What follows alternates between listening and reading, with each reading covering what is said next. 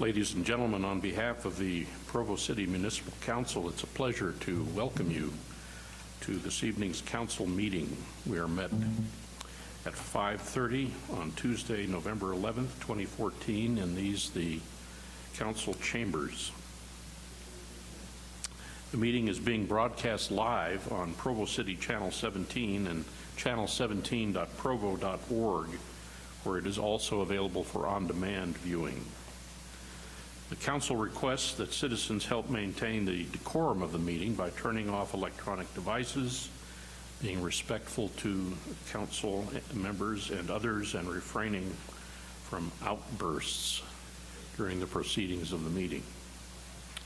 I invite Mr. Taylor, the Executive Director of the Municipal Council staff, to begin the roll call. Matthew Taylor. Brian Jones. Kim Santiago. Dave Sewell. Al Miller. Gary Garrett. Dave Van Buren. Gary Winterton.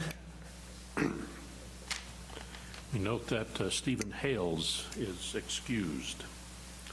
The opening prayer will be provided by Brian Smith, a Parks and Recreation Supervisor for Provo City, and then he will lead us in the Pledge of Allegiance.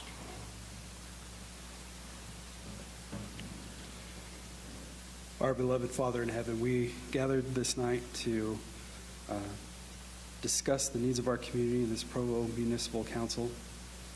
We're grateful for our city leaders and administrators, for our municipal council members, and ask that thou bless them with wisdom and guidance to develop and discuss and make wise decisions in the policies and direction that our great city will go. We're grateful for thy presence here this night. We're grateful for those who have served in our military and are especially mindful and thankful for the great sacrifice that they have given for the freedoms that we enjoy, and ask thy protection and watchful eye to be upon all those who serve abroad and here at home. We're grateful for this great country we live in and for the city that we have and for all the services that are provided in all the different departments. And we ask thy Spirit to be with us this evening in the name of thy Son, Jesus Christ. Amen. Amen. Will the audience please rise and join me in the Pledge of Allegiance? I pledge allegiance to the flag of the United States of America and to the republic for which it stands, one nation under God, indivisible, with liberty and justice for all.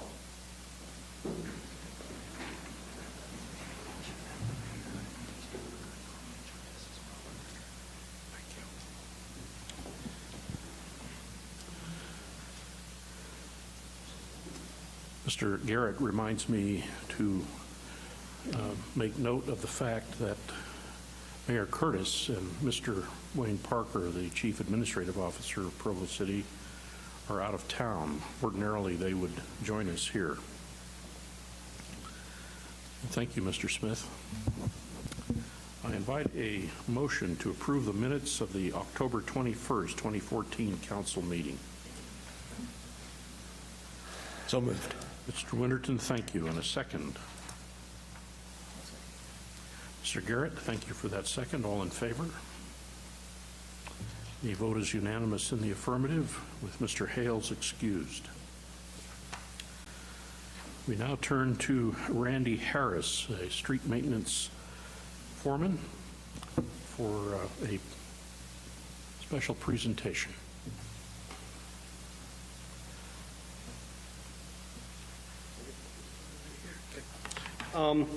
Yeah, I'm Randy Harris. I'm a street maintenance foreman here in the city, and at this time we're going to recognize Tyson Rich from our department, who has been nominated as the Employee of the Month for October. Tyson comes to us from the thriving metropolis of Delta. He grew up there, worked on his grandfather's construction company. He went from Delta up to Utah State University, where he studied wildlife biology, and then he also went to UVU after that for a couple years with paramedics and firefighting. He's been a member of our department for about 3 years. He's a great worker. We really appreciate all that Tyson does for us. Let's see, he's married to the beautiful, I assume his wife put this together, is that right? Erica. They'd like to do a lot of traveling. They're able to do that. They've been to several countries that they've been able to visit. I think, Tyson, you still speak French, don't you? Okay, oui? I don't know what that is. But they're able to spend time together traveling, which is great. As I said, he's been with us for 3 years, a great worker. He enjoys outdoors, hunting, fishing, anything outdoors.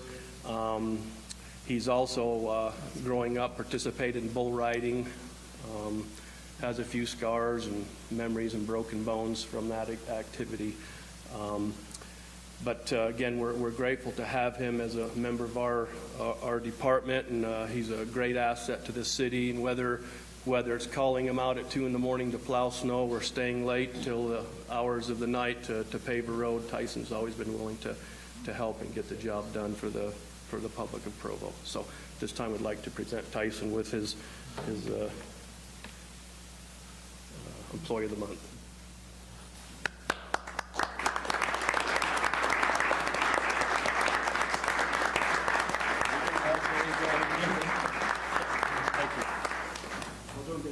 I'd like to invite the council to come and take a picture with Tyson and his family. Thank you.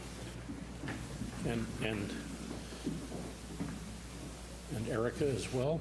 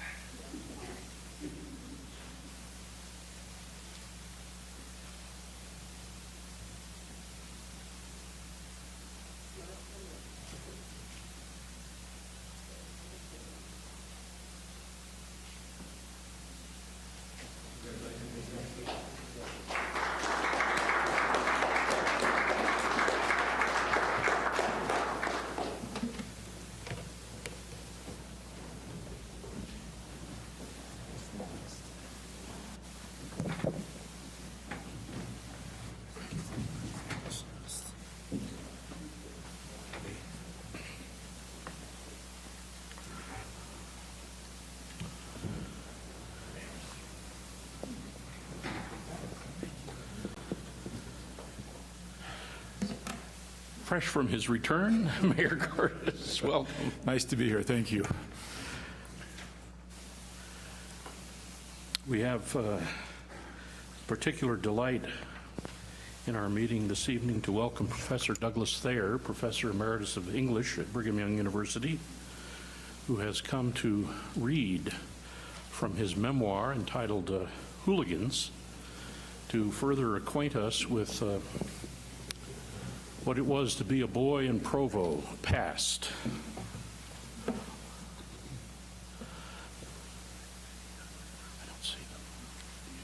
Thank you. I'm reading from a book called Hooligan, A Mormon Boyhood. It's about growing up in Provo in the 1930s and 40s, the age of these boys here. I might add that we had a freedom to rove the whole town, the whole valley, the sloughs, the lake, the mountains, everywhere. And no one worried about us very much. From what I've noticed in our ward, and some of our boys are here, always stick pretty close to home these days. They don't wander like we did. Roving the 6th Ward neighborhood, and it was the old 6th Ward ran from University Avenue to 5th Western, from Center Street to the sloughs. Roving the 6th Ward neighborhood on summer days, we might stop at Bandley's Car Repair on 2nd West, just off Center Street, to stand in the broad entrance, look down at the rows of cars on each side, and watch the repairmen pounding out dents in the metal fenders and doors. And I might add, the metal was steel and iron. It wasn't composition or plastic. Next door was the central dairy. The cement floors always washed, the smells clean and milky. Sometimes our mother sent us to get a gallon of skim milk for a dime, a whole gallon for a dime. And we got to look into the vats of curds. Roaming, we might stop at the Troy Laundry and through the windows watched the women feed sheets into the big mangle. The smells were always of steam and water and soap. Although we were growing a little older, we still seemed to spend a lot of time standing and looking through doors and windows. The Troy Laundry whistle blew every day at noon. You could hear it all over town, so you knew it was noon. If you were late getting home for lunch or something, your mother would ask you if you had heard the whistle and why you didn't pay attention. But time wasn't important for us boys, not caring about a past or a future with no memory or anticipation. We lived only in the present moment. Sometimes our mothers sent a brother or sister to seek us out. You better get home. Mom's looking for you. She's mad too. You're going to get it. Why? I haven't done anything. That's what she's mad about. Oh, nuts. We liked to wander along Center Street looking at the store windows. The most interesting stores were Sears, the sporting goods stores, and Woolworths and Cresses and the 5 and dime stores where you could actually buy something for a nickel. Try buying something for a nickel today. Woolworths was one of the most interesting because when you bought something, the clerk put your money and the sales slip in a canister attached to a holder on a wire, pulled a handle, and the canister zipped up a wire to the cashier's desk in an open office on the second floor. The whole store was crisscrossed with wires. We always checked the Strand, Uinta, and Provo movie theaters to see what movies were coming. We stood looking at the big glossy black and white picture action photographs and talked about how good the show would be. We didn't worry much about the Paramount and the New Academy. They were too ritzy for us. The Uinta was the best place for Saturday matinees, sometimes serials and shorts. We went to see Snow White and the Wizard of Oz, even though they were kind of phony. I don't know if they thought it was phony today.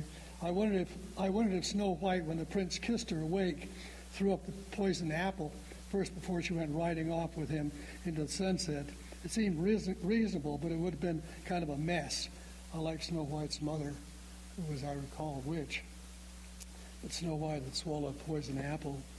At the summer afternoon waned, we might wander up to the tabernacle where the new temple is being built, to see who could walk around the ledge without falling off. The ledge was only maybe 5 feet off the ground, so there was no danger. It was just a matter of seeing who could do it. The ledge around the Provo High School, which is built on the spot where this building is right now, the ledge around the Provo High School was 20 feet off the ground, which was dangerous. I'd seen older boys do short distances, but if you fell, you could break your neck or arm or a leg or maybe both arms and both legs, so you had to be careful. We younger boys were pleased to watch. We didn't try. We sometimes went over to the Pioneer Park on 5th West to swing in the swings, go down the slides, but we began to feel too old for that. Under the green pavilions on the north side of the park, old men, some of them unshaven, played checkers and cards at the tables. It's interesting, there would be maybe 50 old men just sitting there all day long playing cards and checkers. On the late afternoon, we might go down to the hobo jungle behind the ice house down by the railroad tracks to talk to the hobos. During the Depression years before the Second World War, hobos were always coming up 3rd West from the railroad yards to ask for food and an old coat. In the thick stands of willows and box elders, the hobos had fires with pots of stew and coffee steaming. The spring just behind the ice house furnished the water. They were friendly but did not say much to us. Hello, boys. Hello. We just watched, unshaven, their clothes crumpled and dusty. The hobos looked worn, as if they'd come too far. When we went down to the depot to see the trains come roaring through, the wonderful, enormous black Malley steam engines, they're actually powered by steam and have this wonderful whistles. The big wheels higher than our heads, we saw hobos sitting in the open doors, the boxcars, or maybe on top. What we most like to see during the war, the Second World War, and today we remember the men who died and fought in those wars, were the troop trains coming through, the flat cars loaded with trucks, tanks, half-tracks, and artillery. Soldiers always stood at the open half doors between the cars or sat at the open windows. We waved, and they always waved back, leaned forward, shouted to us sometimes, throwing us PX candy bars or gum. If the train was stopped, the soldiers talked to us, asked us our names, how old we were. If we had older sisters, we asked them where they went, where they were from, and if they were going to go fight the Germans or the Japanese. Hard to say, kid. They were from faraway places, New York, Georgia, Alabama, Kansas, Connecticut, Oregon, places that we'd seen on maps. We wanted desperately to fly bombers and fighters, drive tanks, operate machine guns and flamethrowers, fire bazookas, be captains of destroyers, be heroic and wonderful in faraway places fighting great battles. Filled with envy, we told them they were lucky. Think so, kid? Sure. Well, I'd rather be back home. It ain't no party, kid. I can tell you that. They waved to us as the train pulled out. Because of the day it is, I'd like to read one paragraph from another section. If I can find it. Four of our neighborhood men died in the war. Hugh Brown was shot down over the English Channel, Paul Smith over France, and Earl Callahan over Mindanao. Max Hosmer was killed on Luzon. I remember going to a cemetery once. There was a huge headstone, and I read the legend, and it indicated that the body wasn't buried there, but it was celebrating or remembering the death of a young man whose ship had been sunk in the Pacific. Thank you.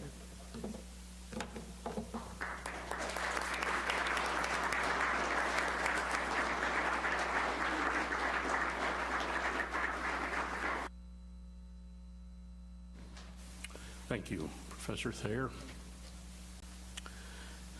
Mr. Winterton. Thank you, and I apologize for my voice. I'm fighting a bit of a cold, but I had the opportunity today that comes around once a year that touches me deeply, and that was the opportunity to attend the Veterans Tribute at Tempe High School. Today they honored 4 men in particular, but as I visited with Paul Warner from the Freedom Festival, he said, "This is our community. These are the great people that live in Provo, Utah," and I'm grateful for them. I'm grateful this day for the service that has been rendered by veterans. I wanted to just mention the 4 men, just read one sentence from the biographies that were given. Captain Andrew Howard. After the 9/11 terrorist attacks, Howard was twice recalled to active duty, once under Operation Noble Eagle and again under Operation Freedom. This was after he had come back and already served, but he was called back after 9/11, and he was willing to go back. I think of my good friend Bo Barlow. On one particular occasion, Bo's tank took a direct hit, and shortly after this, Bo was shot 2 times by a sniper. He proceeded to pull 3 men from the burning tank beneath him, saving multiple lives that day. I don't know if I would have the ability to do that. I'm grateful for him and that he was willing to. Ramon Sampt, he was the undrafted soldier, the honest, loyal, committed soldier, willing to die for a place he loved that was not yet his own. He was from Tonga, and he was not actually a citizen of the United States, but joined the military to protect the country that he loved. Master Sergeant Gordon Ewell. Ewell was medically retired in 2010 due to serious injuries sustained in Iraq, including the loss of his right eye, which he sometimes gets frustrated about these injuries and their repercussions.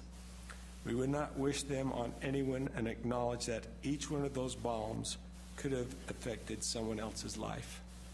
I am grateful for the citizens of Provo, especially this day, for those men and women who have served in the military, who have sacrificed so much for me.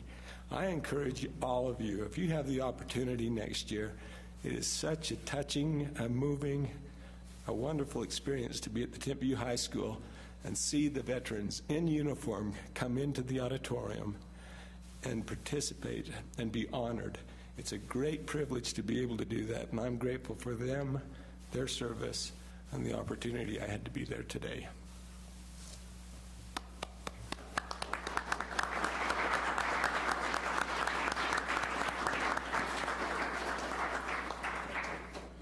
Mr. Parker, welcome. The public comment segment of this meeting is an opportunity for any person in attendance to comment on matters that do not appear on the official agenda. Should you wish to make a comment at the podium, Please speak into the microphone and begin by stating your name and city of residence. Should you not wish to speak, but instead to have your statement read aloud by the recorder, please provide her with a copy of that statement. Those who speak should do so courteously and briefly. Please be aware that the council and administration will not take any formal action on the matters that arise during public comment, but they may respond informally as appropriate. Please be aware of other means for addressing the council and administration directly regarding issues of concern by email, telephone, social media, all of which are listed at the Provo City website, provo.org. Many issues also may be addressed directly by telephoning 311. Those with comments are invited to approach the podium.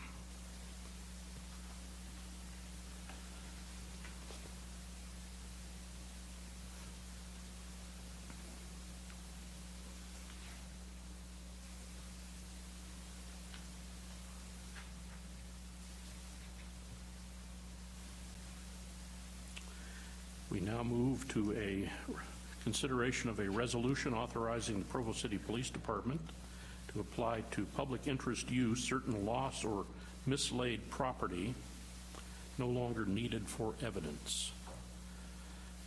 And turn to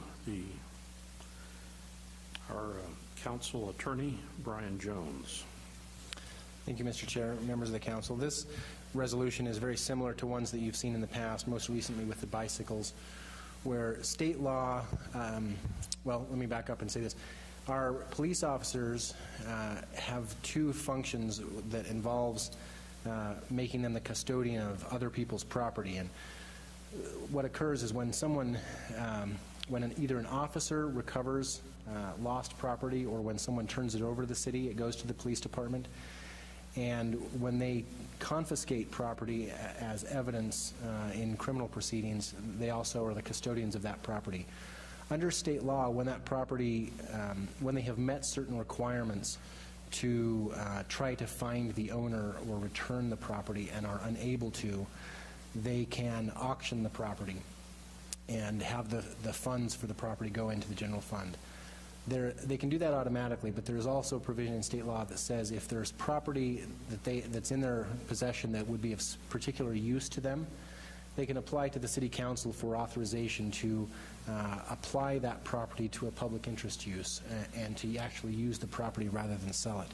So this resolution pertains to 6 or 7 items in particular, some tools and some other items that would be of use for the police department to use in their daily operations, and they have asked for permission to convert those pieces of property to public interest use, which will save them some money instead of having to buy items, similar items. So it's a leaf blower and some tools and some other items like that. Thank you. Other questions? Mr. Jones?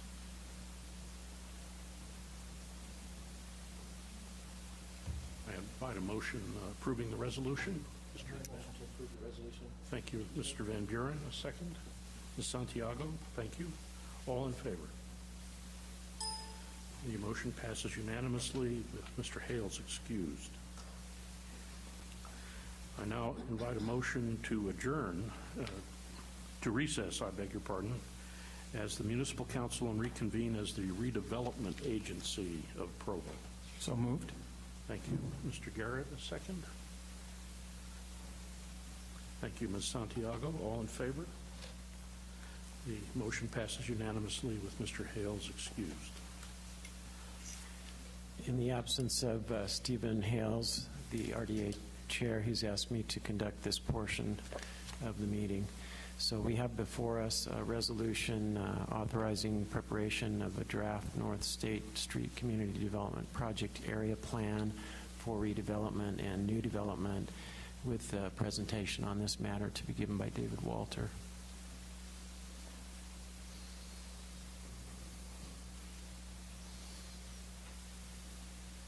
Agency members, good evening. The item before you is seeking authorization for the redevelopment agency staff to prepare a draft community development plan for that area and to bring it back forward to you for consideration later. As you may know, this would be the first step that would allow us to direct assets to start the redevelopment and hopefully jumpstart development in those neighborhoods. Staff's available for any comment or questions.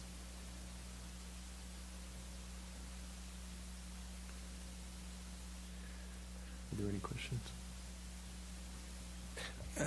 This is probably more for the public than anything, but this is just one step going forward. We are working on developing a neighborhood plan for these. It involves 2 neighborhoods, and I think it's important to recognize that this is part of the process, but the plan is also needs to be in place for us to be able to do this CDA Correct. appropriately. We would have to come back with a neighborhood plan prior to any development. So this is just authorizing staff to begin the process of preparing, not only the community development plan, but the neighborhood plan as well. And Mr. Walter, for the benefit of the public, could you just describe this area of the North State Street CDA? So, yeah, it would, yes, it would go from Columbia Avenue across State Street. And I'm temporarily losing the... So the district eastern there terminus with there. the around Macy's grocery store. Around Macy's, around the area around Macy's, the area around Desert Industries and so forth. Great, thank you.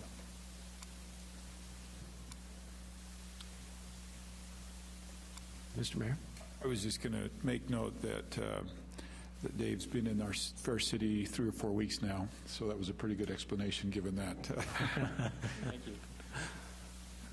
I have crib notes here that I'm There you go. Are there any other questions or comments? Mr. Sewell, I might point out that this has been enlarged from our original projected area, largely driven by the neighborhood and at requests of the neighborhood. So I believe as this goes to the neighborhood, I think we'll find them very supportive of these efforts, hopefully. Thank you.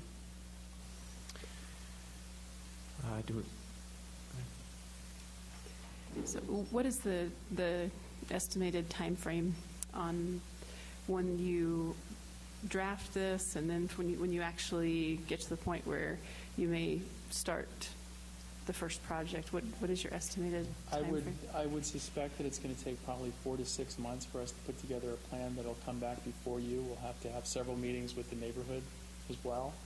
So that's why I'm estimating about 4 to 6 months to put all of this together. Okay. In work session, we talked about one of our goals to have the neighborhood plan maybe not totally completed, but at least have the neighborhood input to the point where we have some sort of shape or form of what they would like to see the neighborhood become as this CDA is being developed. And I don't know if that's possible, but that would be ideal to have them. I think it's possible, and I will reach out to the neighborhood councils, the respective neighborhoods, and try to meet with them before the Thanksgiving holidays, so we can start this process. Thank you.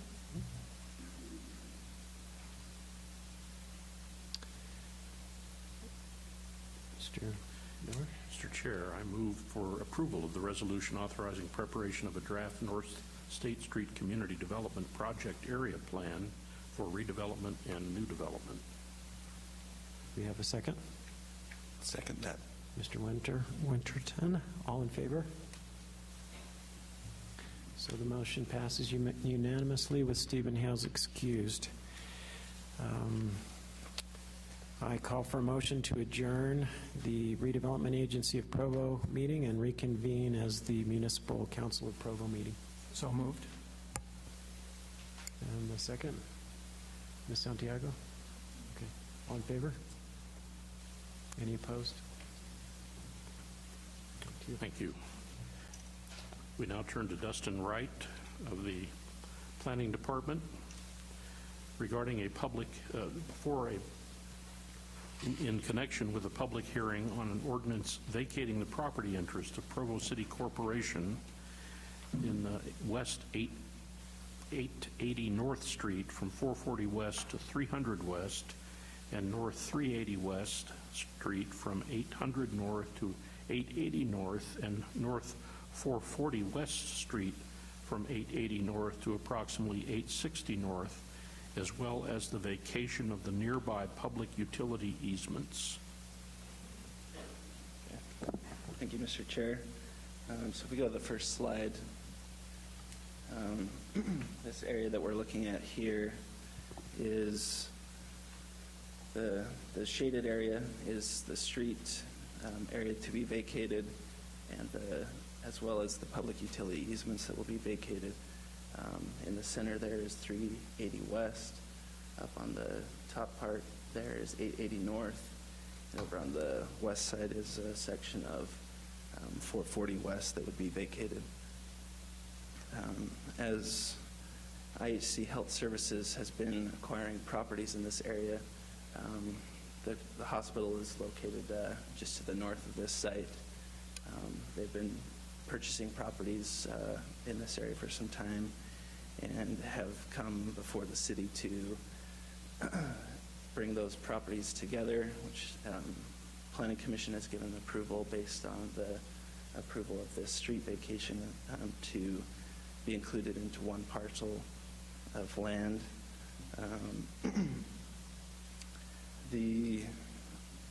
As the residential subdivision was put together, they dedicated the land for the streets to the city. And so at this time, as the properties have been assembling back into one property, they would be asking that those streets are dedicated or deeded back to them and vacated as public streets and public utility easements. For this area, there hasn't been a traffic study required by engineering due to the fact that these are just a small residential area with these local roads not having a major impact on the major street network in the city. So if there's any other questions, I'm going to entertain those. Yes, Mr. Winterton. Yes, when we talk about vacation, so the property, Provo washes its hands of that piece of property, and you mentioned that it goes to the surrounding properties, which is one entity, mostly one entity at the hospital. I think there's some concern in some residents' minds that, well, why are we giving this to the hospital and why are we not selling it to the hospital? And I think it's important that we realize we don't have the right to sell this piece of property. We can only give it. Yeah, that's correct. In this case, since the property was dedicated to the city's not allowed to sell it back. When it's vacated, they do need to just deed it back through like a quick claim deed process. The reason the property would be going to IHC Health Services is because they're the adjacent property owners. None of the streets that are adjacent to any of the other properties that they don't own are being vacated. So if you go to the next slide, I think you can see that better. Driveway accesses to those homes and to the businesses there that aren't owned by IHC are still going to be able to have their same access that they have now. So that's how that goes.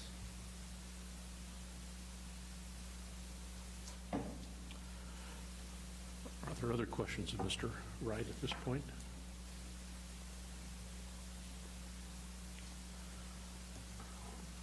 Thank you. Given that this item is scheduled for public hearing, I invite anyone who is present who wishes to speak to the item to please come forward.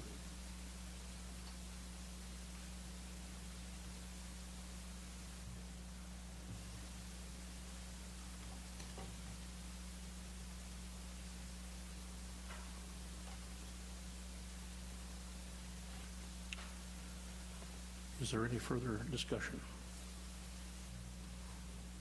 I invite a motion to approve the resolution. Mr. Chair, I move that we approve the resolution as stated. Thank you.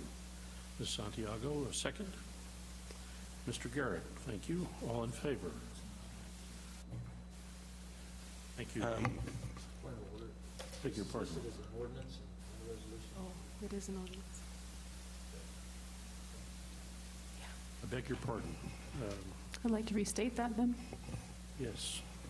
I move that we pass this ordinance as written before us, stated before us. Thank you, Mr. Van Buren.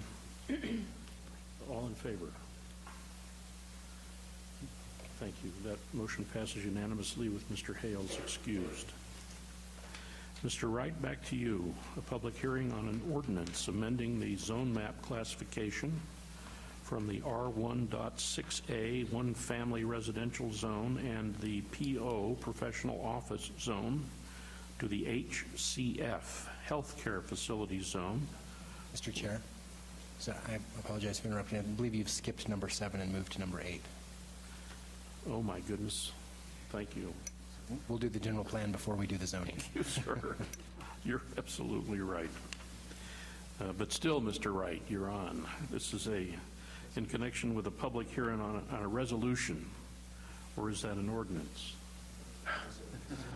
Amending the Provo City General Plan land use map designation of approximately 14 acres of real property located generally between 800 North and 940 North and between 200 West and 440 West from residential R and commercial C to public facilities PF. Thank you. So if we go to the next slide, the majority of the area shown here is residential designation on our general plan currently, and with a few parcels of land that are designated as commercial use on our general plan. What's being proposed is that this area that's highlighted here becomes a designation for public facilities to facilitate the rezone that the hospital has submitted. We're proposing that this entire area be rezoned to general plan designation change to public facilities, even though there's a few parcels of land that are still haven't been acquired by IHC Health Services.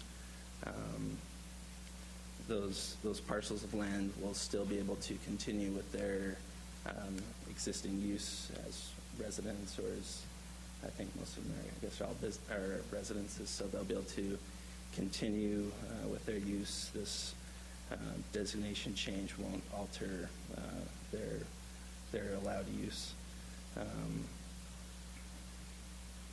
The healthcare facility zone is a subzone of the public facility zone and is permitted within the public facilities designation on the general plan map. The future vision, as we've kind of done our 50-year plan for the city, this area is an area that staff has seen as a healthcare campus, and so that, along with some of the policies and goals of the general plan to, specifically in the North Park neighborhood where this is, the general plan policies are to help promote this regional hospital, and we feel that this is a step that will help them towards getting the rezone that they need to be able to expand their campus. Thank you. Are there questions of Mr. Wright regarding this matter? Ms. Santiago. So the parcels that haven't been acquired yet by IHC, they will be zoned public facility or healthcare facility. Those parcels as well, the residences will be zoned that? They'll just be non-conforming uses, or will they be? The zoning won't change for those parcels that aren't owned by HC. They'll remain residential until they're... The designation will change to PF, but their zone isn't being proposed to be changed for the parcels that aren't shown here in this map. Okay, so on this map. Yeah, these white blank parcels here haven't been, some of them have been acquired since they submitted for their rezone. But the ones that haven't, well, all the ones that are shown here as excluded from this area won't be rezoned. These will remain residential until they're acquired. Until they, That's what I understood. Okay. Yeah, some of them have been acquired, but IAC will have to come back and rezone those at a future time since they weren't noticed at the time that this was applied for.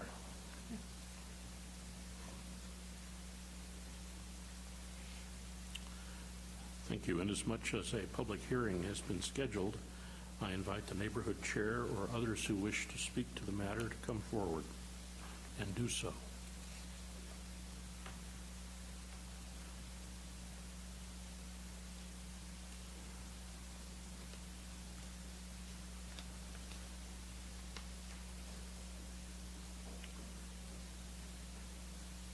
I invite a motion for approval of the resolution. I'll move to approve the resolution as stated. Thank you, Mr. Garrett. A second. Mr. Winterton, thank you. All in favor? The motion passes unanimously with Mr. Hales excused. And now, Mr. Wright, a public hearing on an ordinance amending the zone map classification from the R16A one-family residential zone and the PO professional office zone to the HCF healthcare facilities zone for approximately 14 acres of real property located generally between 800 North and 940 North and between 200 West and 440 West. So as I guess I've stated before, here's the area that's going to be rezoned, or that's proposed to be rezoned to the healthcare facility zone, which is what the hospital has had rezoned for their current hospital location right now. So this will be bringing that extra land that they've acquired into the same zone. Again, like I've mentioned, that these parcels that aren't highlighted won't be part of this rezone. Those will have to take place at a future time. Questions? Mr. Just a comment. I am amazed, actually, at the abilities of the hospital to work with the neighborhood and to communicate with them and be able to purchase and put these packages together. It is difficult at times to deal with one or two people, but I look at the number of the homes that were involved. It's a great tribute to them that they have been able to accomplish something like this, and that people feel fairly good about it. Thank you. Aptly said. Given the public hearing associated with this item, I invite the neighborhood chair or anyone else who may have come to speak to it, please do so.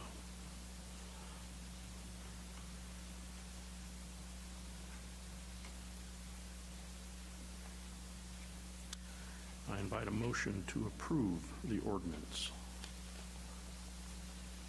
So moved. Mr. Winterton, thank you. A second? Mr. Sewell, thank you. All in favor?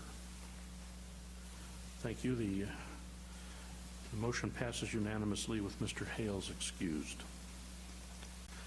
Item 9 will be continued to the council meeting on the 2nd of December.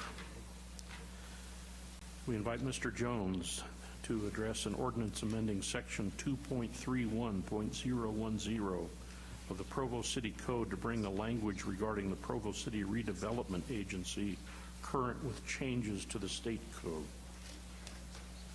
Thank you, Mr. Chair.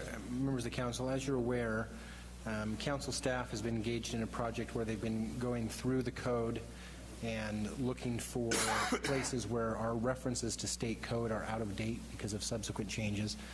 This concerns one such where the ordinance that established the redevelopment agency originally referred to state code title 17A, the Utah Neighborhood Redevelopment Agencies Act, which has subsequently been repealed by the legislature and replaced with title 17C, the Limited Purpose Local Government Entities, Community Development and Renewal Agencies Act, which unfortunately is not a shorter name, but in any event, they have replaced it.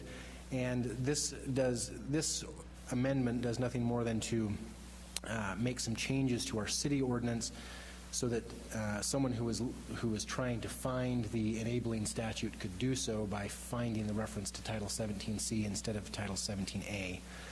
There is also a change at line 49 where we just clarify that the municipal council serves as the governing board of the redevelopment agency rather than actually constituting the agency itself. And that's just a clarification from some language that has been in the code for a while. So that's all this is just a cleanup. Thank you very much. Are there questions of Mr. Jones regarding the matter? A motion then to approve the ordinance amendment. Mr. Garrett, thank you. A second. Mr. Winterton, thank you kindly. All in favor of the motion? The motion passes unanimously with Mr. Hales excused. Mr. Miller, Yes, before a motion to adjourn, if I may take a moment. please. For those of the public that may be aware, or I know some municipal council members, just for your information, Mr. Ted Dowling, who is one of my predecessors, is actually the first executive director of the municipal council, passed away recently, and I've forwarded you that information via email. But he was also a veteran and served for over 30 years in the military before serving as the council director. So just a moment to pay him some respect. United States Army, as I recall. Thank you for informing us. I invite a motion to adjourn. So moved. Mr. Winterton, thank you. A second. Ms. Santiago, a second. Thank you. All in favor? The motion passes unanimously with Mr. Hales excused. Thank you, ladies and gentlemen, for your attendance and interest.